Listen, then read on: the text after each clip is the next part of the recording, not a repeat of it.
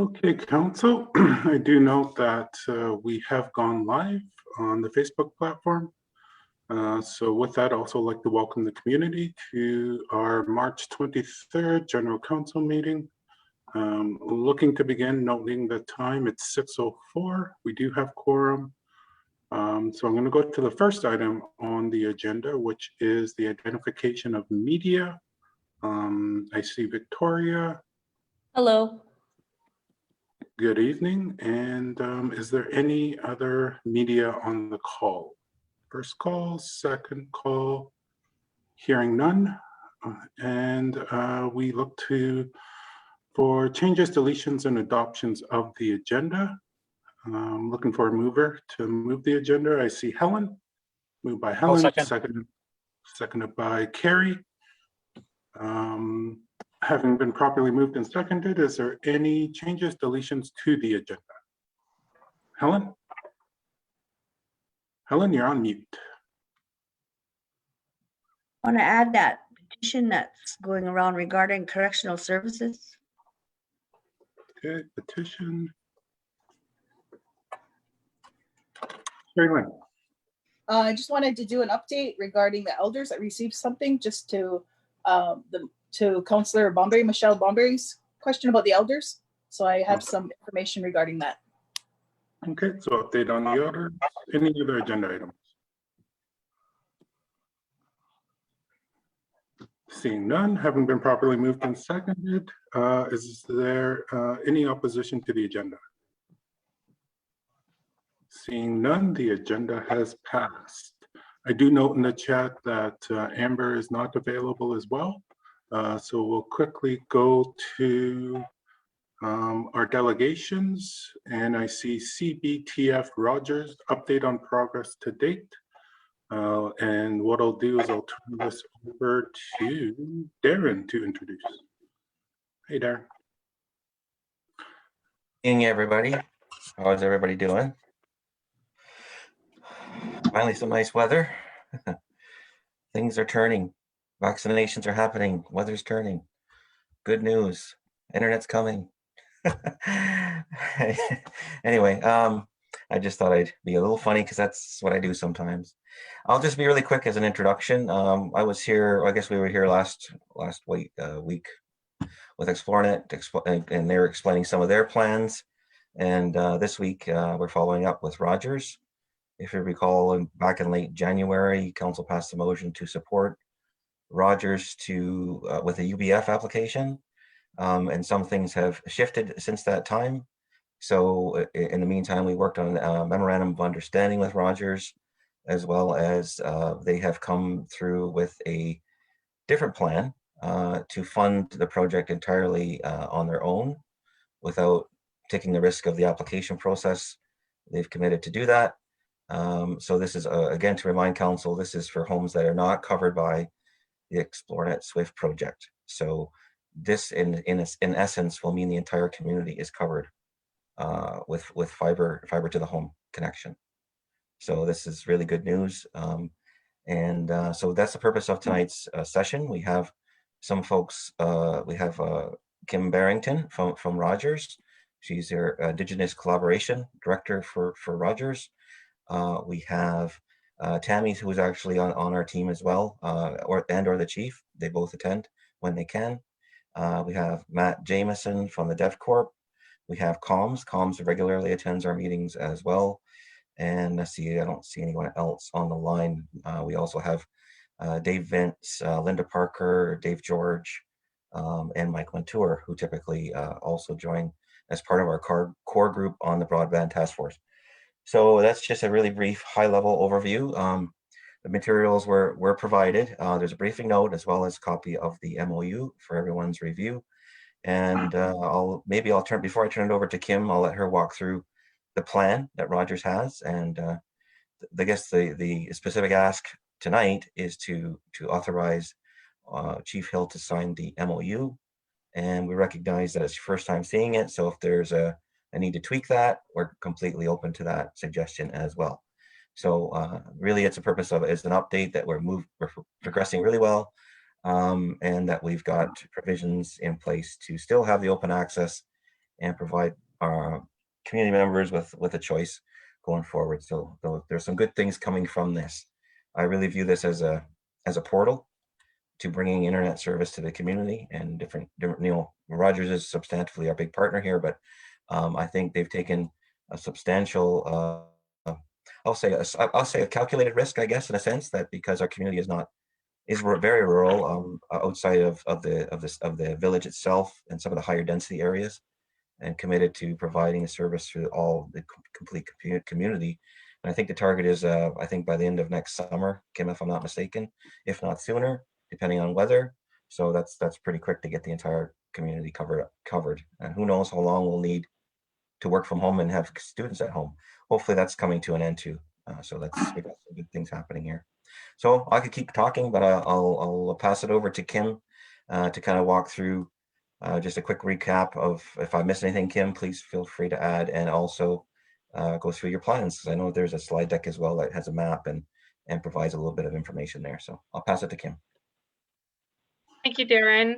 Sego, everybody. Thank you for having me back. We've been busy over the last few weeks talking about how we can bring this project to life. And as Darren mentioned, the more we were talking about what we could do, what Rogers could do, and our relationship dates back a year or so when we started talking with Six Nations Polytechnic students about inviting them into new grad programs at Rogers for jobs. And so this natural extension happened when COVID came about, and the excitement started to really gain speed in January when we were here to talk about co-applying for funding through the Universal Broadband Fund process. And the more we sort of dug into that and learned about this process, the more nervous I think we all became, because the process through the federal government has garnered so much interest. There was over 6,000 applications for funding for connectivity projects across Canada. And what that meant for us is there was a great deal of risk that our application may not get approved, and we wouldn't know about it for at least 6 more months.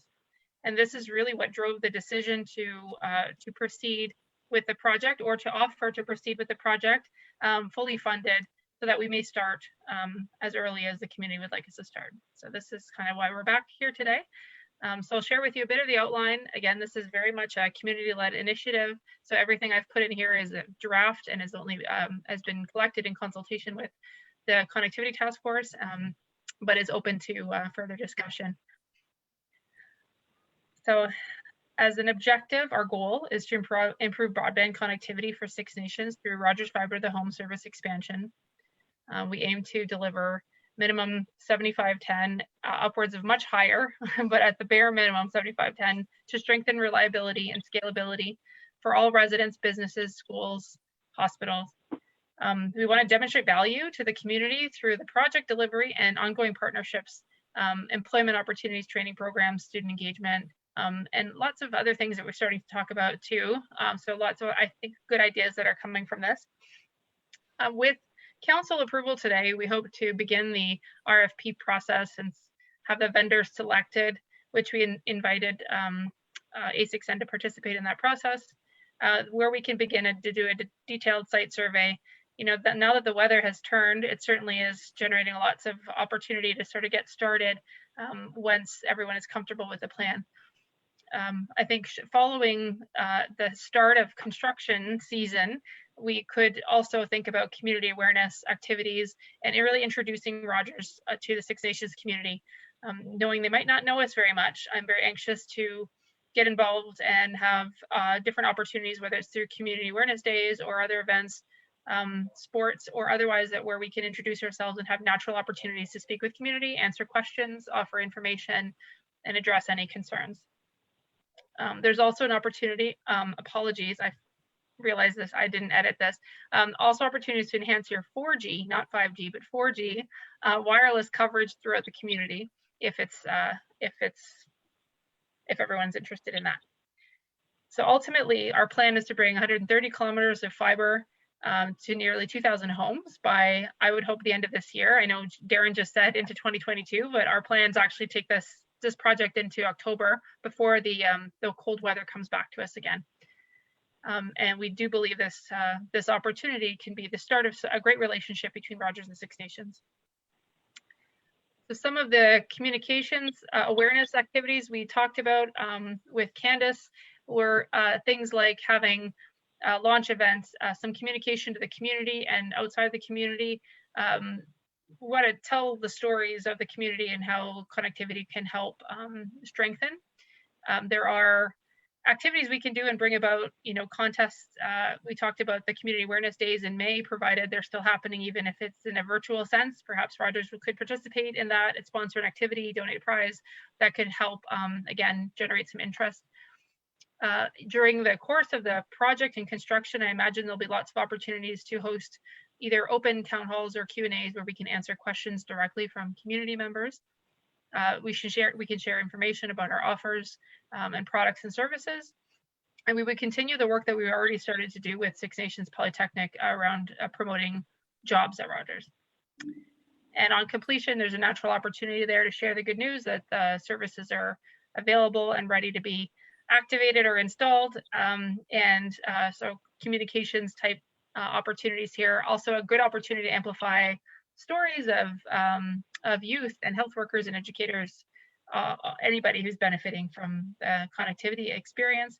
And I'm not sure how widely known this is too, but we've also socialized the concept of hosting a hometown hockey experience next year. Of course, the 2021 season had to be deferred because of COVID, but we're hoping by next season we'll be able to host a hometown hockey festival at Six Nations.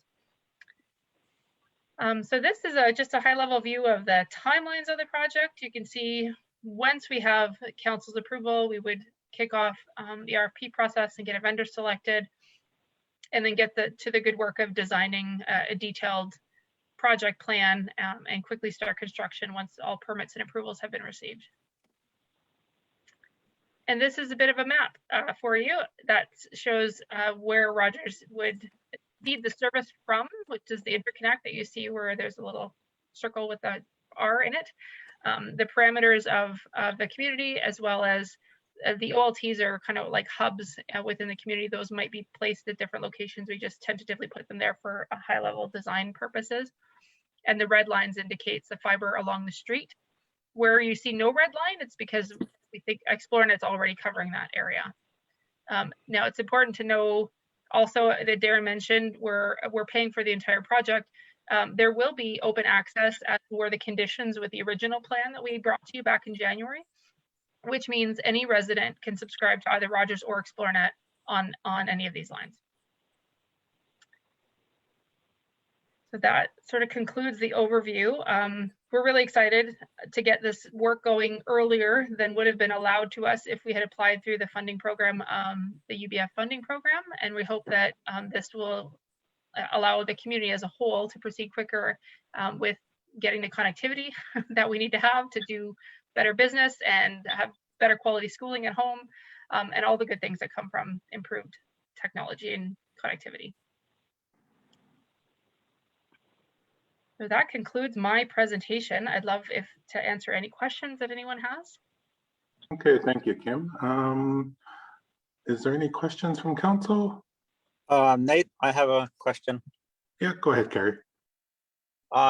So from those on the map, there are the red lines that you have along the road. Mm-hmm. So you're going to be connecting from the road to every household? Yes, that's right. With fiber line, or? Yes, with fiber line. So we will likely want to get each house owner's approval to do so, but that would be the intent, is that we would connect every home to the main fiber on the street, and there's no cost to the homeowner for that. Okay, thanks. You're welcome. Okay, thanks, Carrie. Thanks, Kim. Is there any other questions?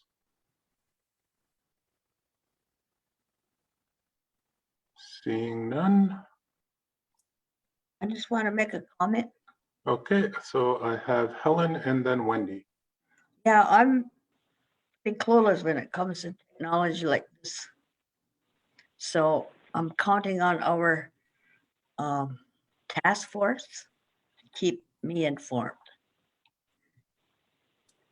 which is Darren and all of them, because they all know what they're doing. I don't know anything about connectivity or anything. All I know is I got internet and I'm happy, and that's all I need. Yeah, that's basically what we want to. We want to make sure everyone has exactly what everyone else can get. You know, that the minimum quality of internet that is available everywhere else. And I think that's exactly it. It's got to be easy to use. It's got to be affordable, and there's no reason why you shouldn't have access to choice at Six Nations. Thanks for that. I'm going to go over to Wendy.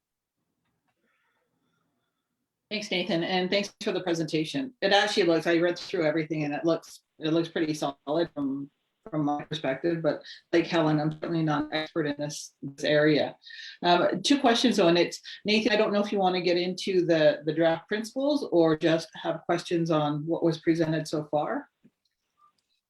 You're referring back to the getting into the agreement? Yes. Yeah, we can transition into the agreement. So let's do that. So just one comment is, when I read through it, I understand that even though you're providing the line and as far as the home, that people are not tied to Rogers in this process. So I guess that's part of the risk that you're taking. Mm-hmm.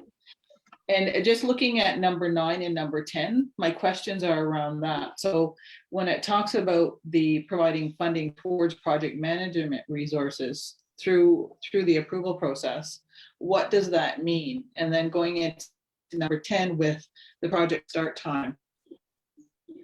So just in terms of, I see that Rogers is taking all the funding, providing that, but just wanted to know if there's what that means.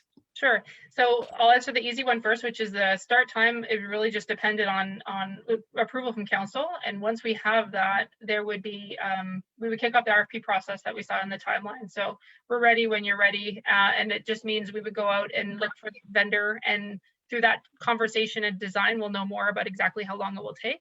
But the start time really can be as early as after today to get started. The other question about project management resources, through the connectivity task force, we discussed that it would be helpful if there was a bit of sort of a project owner responsible party in the community that could help be a point person for the Rogers team, the network planners that will be probably engaged with the community on a regular basis. And we thought it'd be appropriate if we offered to reimburse for the cost of that person's, day job, basically. They'll be dedicated some time to this project. And so we haven't negotiated an exact amount nor a person even at this stage, but we wanted to make the offer clear that we intend to provide or subsidize the cost of a project manager resource. Okay, thanks for that. And my only comment is the way that they're written, they're not principles per se. I mean, it certainly outlines a framework for an MOU, but they're not principles. So I don't know if there was any thought to adding principal pieces in there, just about, it's more about the working relationship, right? Yeah. In good faith and all of that. That's my only comments. Thank you. Thank you. Thanks, Wendy. I saw Linda with her hand up. Yes, thank you. Thanks, Kim. I just wanted to offer on the timeline. I mean, the goal for Rogers is to try and have the community serviced 100%, with their project as presented by the end of December. So the quicker, they can get the okay to proceed, the end goal is to have it done by this calendar year. And, that's a huge benefit to community in terms of timing. And that was really the impetus for moving forward, because with the delay or the extension, if you will, on the UBF fund from the feds, they wouldn't even look at approving any contracts until September, which means, potentially October, November start. So it's really about the timeline, Wendy, is to really try and get this done by the end of the fiscal so that community can be served. Thank you. Thanks for that, Linda. Nate? Yeah, okay. Subsequent, I'm just going to keep this. Do you have a subsequent, Wendy? And then I'll go to Audrey and then Carrie. Wendy? Yeah. So my subsequent is, and I'll ask this, and this is my ignorance, so I apologize, but I'm sure, I don't know if other people have the same question, but so we are doing business with another company doing another project. So do the two complement each other? Do they duplicate? Do they overlap? Just so that there's clarity on that, just a couple of statements on it, just so that it's very clear. Okay, so I'll take that one. So we haven't worked directly together yet, but it's our intention to probably connect with each other. We're talking about ExploreNet, I'm assuming. But we designed our sort of network diagram around where we know ExploreNet will be conducting their work. So the intent is to not duplicate effort, but to complement it to give Six Nations full coverage. But there may be an opportunity at some point to connect with ExploreNet to make sure we're aware of each other's activities. Thank you. That was actually geared more to the task force, but that's fine. Thanks. Yeah, as Linda, I was just going to offer that we did share confidentially with permission from ExploreNet to Rogers and vice versa. So yes, the build for Rogers is very explicitly avoiding duplication of ExploreNet. So the intent is to have 100% coverage without duplication. And that's the current plan. Thanks for that. So I'm going to go and move forward. We have Audrey and then Carrie. Welcome, everybody. I enjoyed the presentation. Your project and your proposal looks really well thought out, and it's what this reserve needs, and what we've been wanting, and it's what the community members have been asking for the last few years.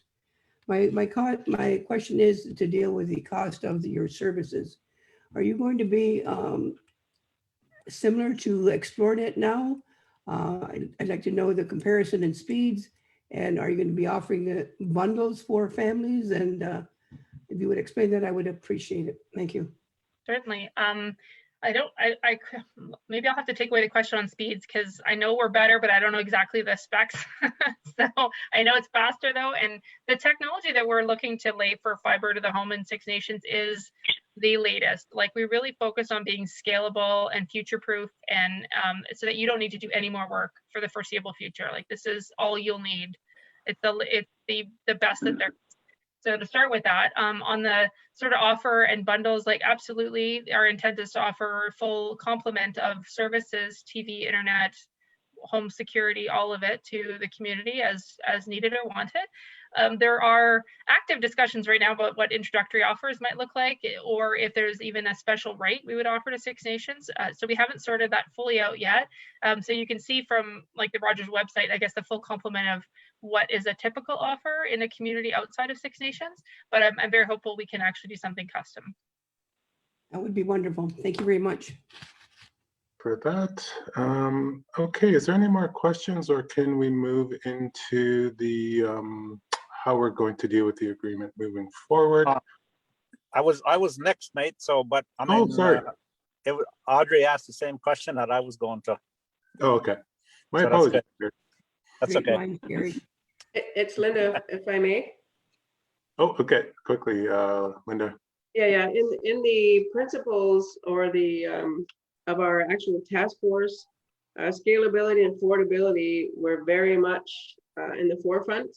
So those were preliminary and ongoing discussions that, this has to be affordable to community. So I just wanted to reiterate that is one of the key principles of the task force right from the get-go. Okay, thanks for that, Linda. I'm gonna go Helen and then Audrey. I'm sitting here thinking, and I'm listening to what you're saying, and so I'm thinking, why would we not have went completely with fibers instead of fibers and towers? My understanding is this project and the ExploreNet is both fiber. The towers were an interim. Can someone correct me? Maybe Darren or Linda? I was going to say, it really boils down to topography. There's certain places, with the tree line and the density and all the other infrastructure in the community, where it's best to just use the poles, and some places that's not going to work. So really, it comes down to the geography of the community. So just You clarification. can add if you wish, but I mean, that's Well, it's really just, what it boils down to. yeah, it's just that I know enough about the topic to know that fiber is better than towers, but I just Well, wondered why we didn't just do fibers all over the place. it is fiber to the home. It's just whether it's buried or whether it's above ground. But it is all fiber to the home. Correct me if I'm wrong, Kim. No, that's right. I mean, and perhaps if we, started our conversation earlier, or, there might have been, who knows where we would have got to. The point is, like, now I think that we have the best coverage. We'll have coverage across the entire community, whether it's through Exponent or Rogers. And because through this arrangement, any resident can subscribe to either or, that, it sets us up for the future, regardless of where we were. I think it's the right decision to make going forward. It was very easy to see, that this is the investment that needs to be made, nothing short term. Thank you for that, Kim. Thanks for that clarification. I'm gonna go to Audrey. Yeah, I was going to make the Nathan, motion it's Hazel. before. Sorry? I was going to make the motion that Mark's on the MOU. Okay, before we get to that, I'm gonna go to Hazel and then we'll look to the motion.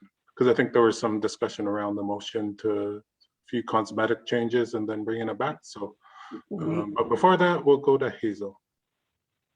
Yeah, I just wanted to ask the question with regard to the monthly costing for people who hook up to this. What is the average estimated cost going to be? Oh, that's a good question. So there's so many good different combinations of services. And I probably need to go and double check my information on that. But they're like our kind of advertised prices is to give you the best benchmark of kind of what's out there right now is on Rogers.com. Like you'll see right on the front page what our standard internet offer is for bundles for a combination of two services or just single services, the very basic or the top end. So that'll give you a baseline of what's there. But my intention is to come into the community with either an introductory offer that reduces that or discounts that, or something of a permanent pricing model. We're just trying to toying around with different ideas right now, but that would be kind of the top end of what you would receive when this is ready to go. Thanks for that, Kim and Hazel. So let's move into looking at next steps for this particular piece. I am hearing some cosmetic changes to the agreement, but just want to get some direction. Wendy? So just I note in the principles document, number 6 does talk about there won't be any cost passed to the homeowners to connect the home. You talk about the standard service setup fees and the price, the $29 one-time Ignite Express setup, and also the $70 for tech installation. So I think that speaks to some of the questions that have been asked as well. Some of that, that basic information. I guess moving forward, if we're going to sign this off, I mean, this is an MOU, so that lays out the intent of us to work together. But is there a standard contract or agreement that's going to come after that will hold true to all this, make it binding as well? Just back to, I guess, Darren, what's the process once this is signed? Great questions, Wendy. So I'll turn it over to Darren. Yes, Greg, we've actually flagged that as well as the next steps. First of all, the MOU does need a little bit of cosmetic work. I think we will pull out the principles that Linda referenced as part of our task force principles up front, and then these will be basically terms of the relationship. That's what an MOU is. Then we look at the definitive agreements that are subservient to that. So basically, given more expression, detail, accountability to all of these other pieces. So it just kind of lays out the high level relationship pieces and commitments between the parties. And then we would look at definitive agreements going forward. So it really is just kind of a gateway to get this going.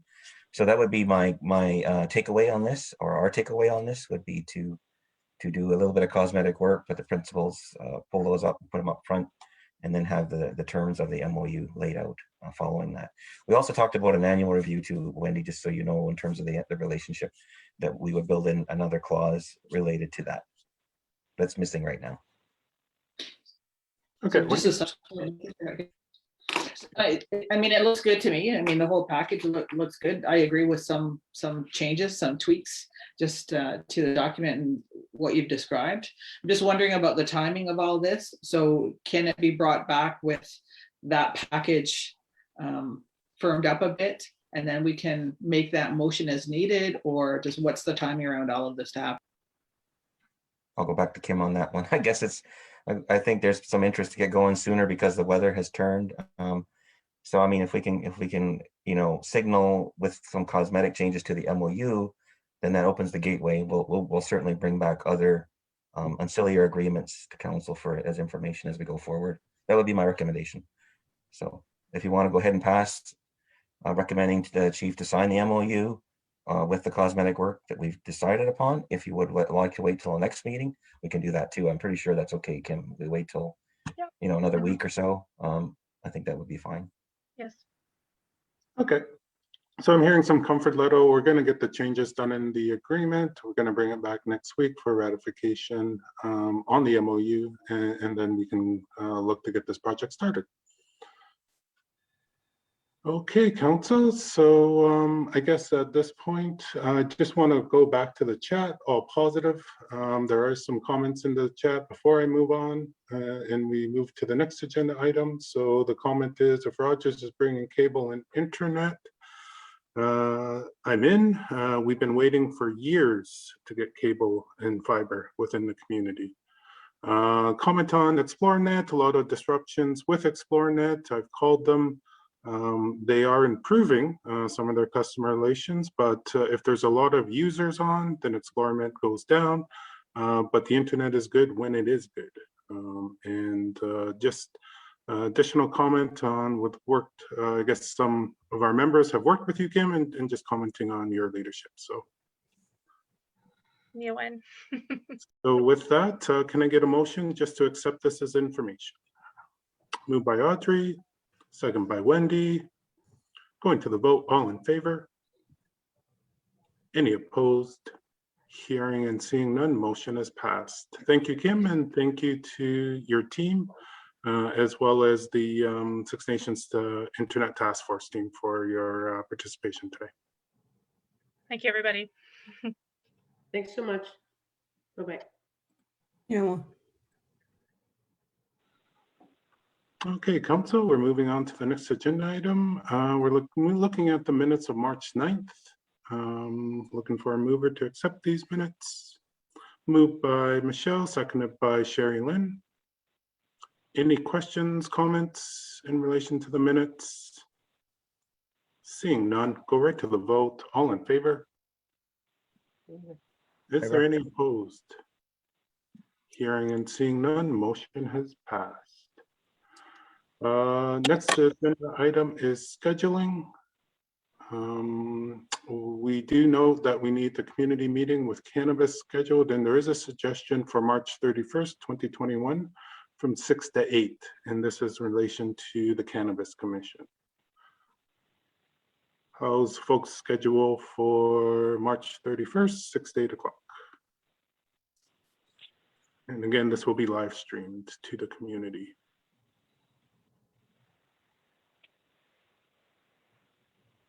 Audrey? I have a education meeting from 5 till 7.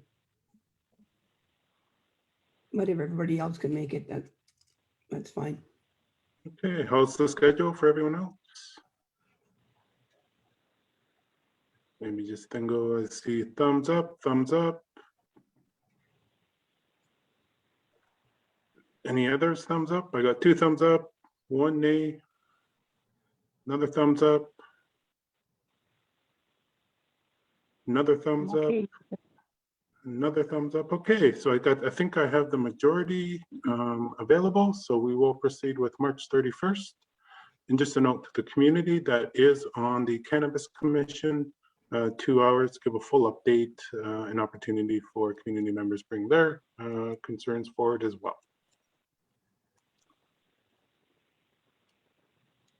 Okay, we look to the schedule over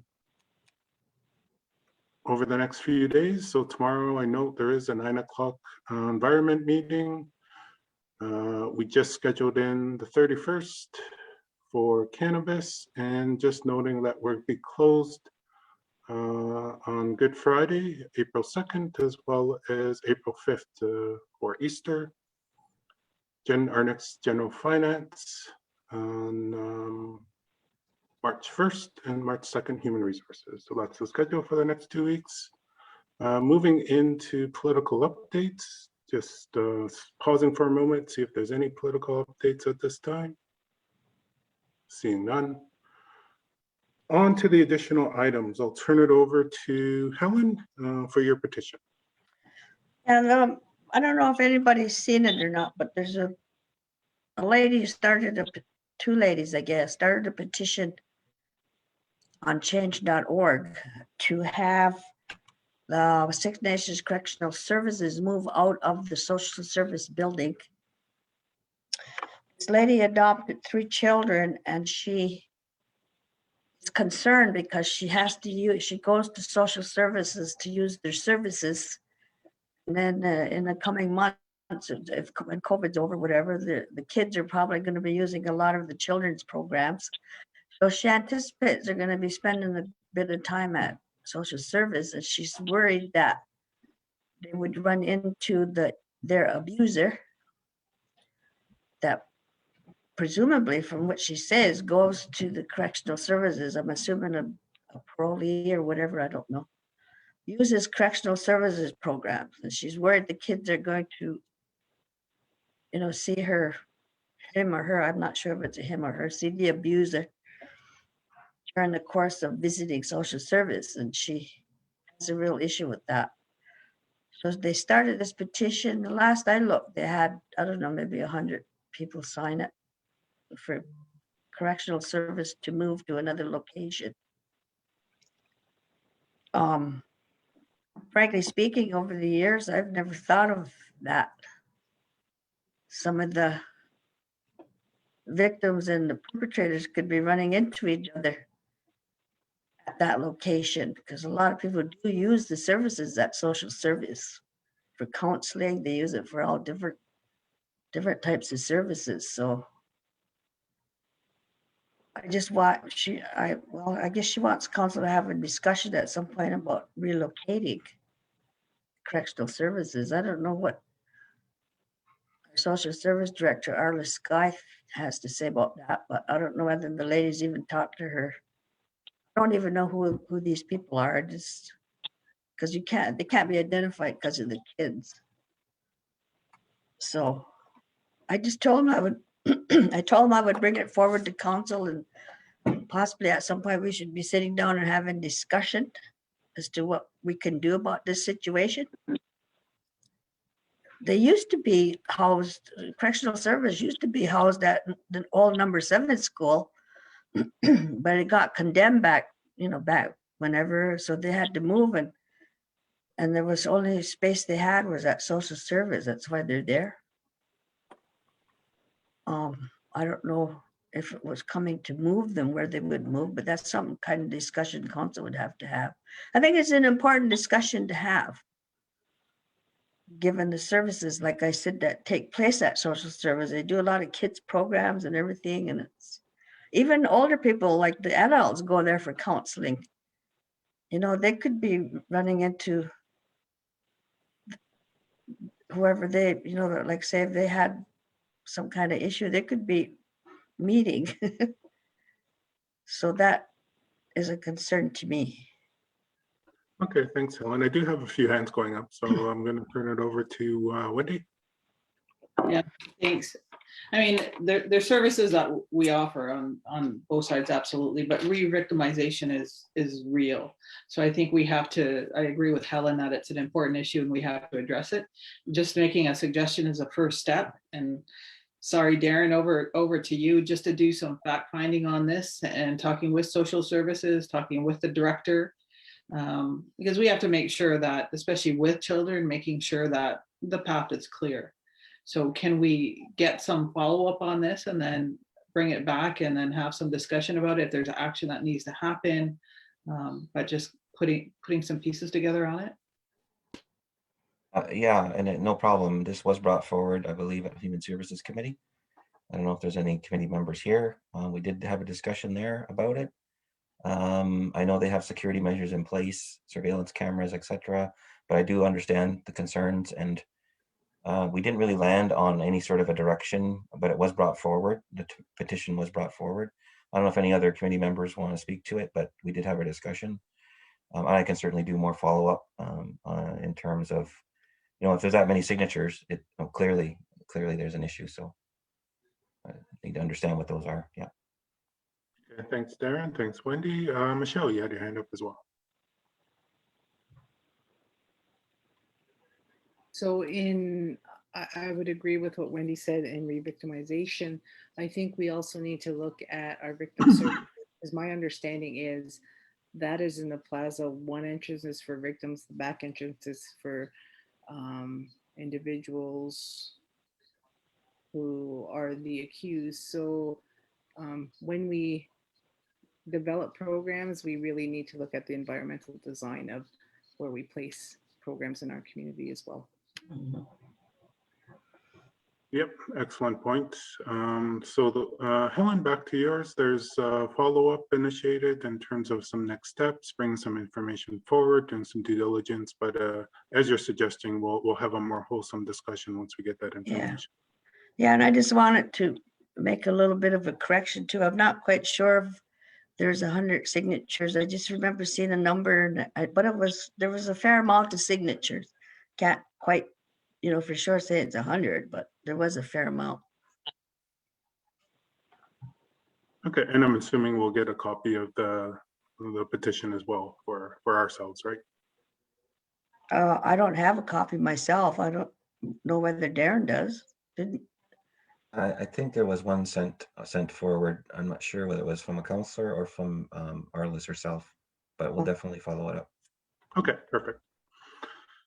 Okay, Council, so we got some follow-up there, action, and very important discussion in terms of those pieces. And our additional item was an update on the elders. Sherry Lynn?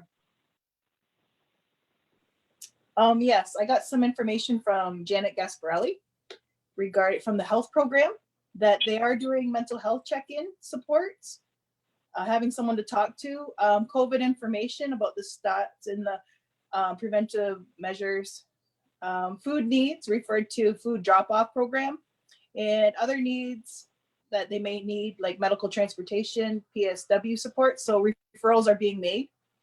The supportive housing team is currently contacting the list over again this week, and we should have full list contact for follow-ups at the end of this week, and to do more check-ins. And they're also, this will be done safely with, so the number that they can call is, I was told, 519-445-2143. So that's what I was given today from the health department. Okay, thanks for that. So they Wendy? are doing that. Thanks, Sherry Lynn. So just on that note, do we know, is there any reporting mechanism that's coming in from health about confirming that all of our elders, all the older people in the community who want to be vaccinated, I mean, it's open to everybody, but making sure that they have the information, they have their appointments books, they have their vaccinations complete, that is all being looked after? Or if, no, I think there was some talk about going into the home as well and giving the vaccinations. Is there any information coming through on that so nobody falls through the gaps? There is no gap, I should say.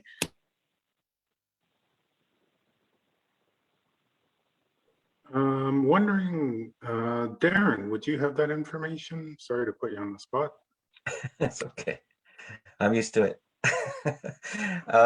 I think really good point. I do know they track a lot of metrics at health, there is a report in the Dropbox, but in terms of the specific need wraparound, I call it like a wraparound service, but particularly for our elders who may have some challenges just getting to the clinic. Like we did speak about that. So I'll see what plans there are. I know there was discussion about it, so I think even just tracking it and doing the check-in along with the check-ins, following that up with making those offers, and even transportation if that's needed. So I got a note to follow up. Okay, and I'll also just ensure I bring that to ECG on Thursday and make sure it's in the council update as a written update, just to kind of cross that line off as well. Perfect. Thanks, Nathan. Michelle. Thanks, Sherry Lynn, for the follow-up. And I just wanted to make mention that So we're on Facebook. I'm not sure how many seniors are on Facebook. So is there a mode of communication, like maybe the radio, that we can advertise this on? Because I would be more, I would think they would be reading the paper or getting the mail or listening to the radio in order to know that there are services available for them.